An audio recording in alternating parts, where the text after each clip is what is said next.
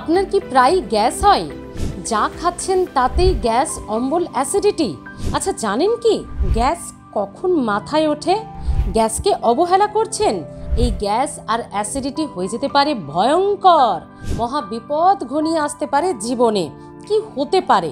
আবার অনেক সময় এও শোনা যায় এই গ্যাস হতে হতে একটা সময় নাকি গ্যাস মাথায় ওঠে এবং কখনো কখনো গ্যাস থেকে স্ট্রোক বা হার্ট অ্যাটাকও হতে পারে। হ্যাঁ, ঠিকই শুনছেন, এমনটাও শোনা যায়। কিন্তু ভয় পাওয়ার কিচ্ছু হয়নি। সত্যি কি এগুলো হয়? আমি বলবো না।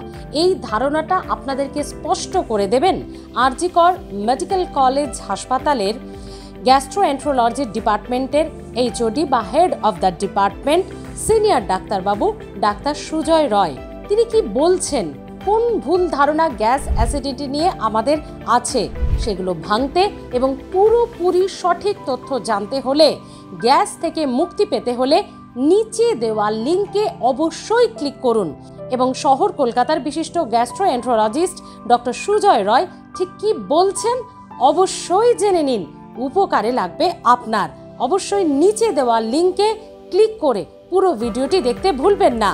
হেলথ প্লাস কেমন লাগছে, কোন ধরনের ভিডিও দেখতে চান এবং আপনি গ্যাসে কতদিন ভুগছেন, কি কি টিপস অ্যাপ্লাই করে সুস্থ হয়েছেন বা হননি, পুরোটাই কিন্তু কমেন্টে এসে জানাতে পারেন।